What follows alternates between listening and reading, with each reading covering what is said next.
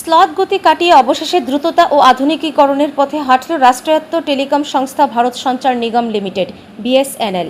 শনিবার উড়িষ্যা থেকে দেশের প্রথম বিএসএনএল 4G পরিষেবার আনুষ্ঠানিক সূচনা করলেন প্রধানমন্ত্রী নরেন্দ্র মোদী।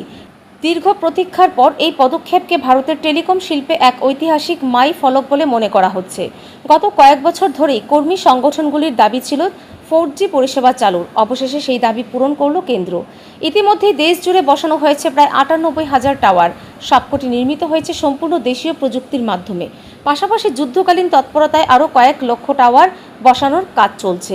নেটওয়ার্ক সমস্যার সমাধানে এই পদক্ষেপকে বড় আশা হিসেবে দেখা হচ্ছে। সংস্থার দাবি, নতুন পরিষেবা চালুর পর বিএসএনএল এবার বেসরকারি সংস্থার সঙ্গে সমান তালে প্রতিযোগিতা করতে পারবে।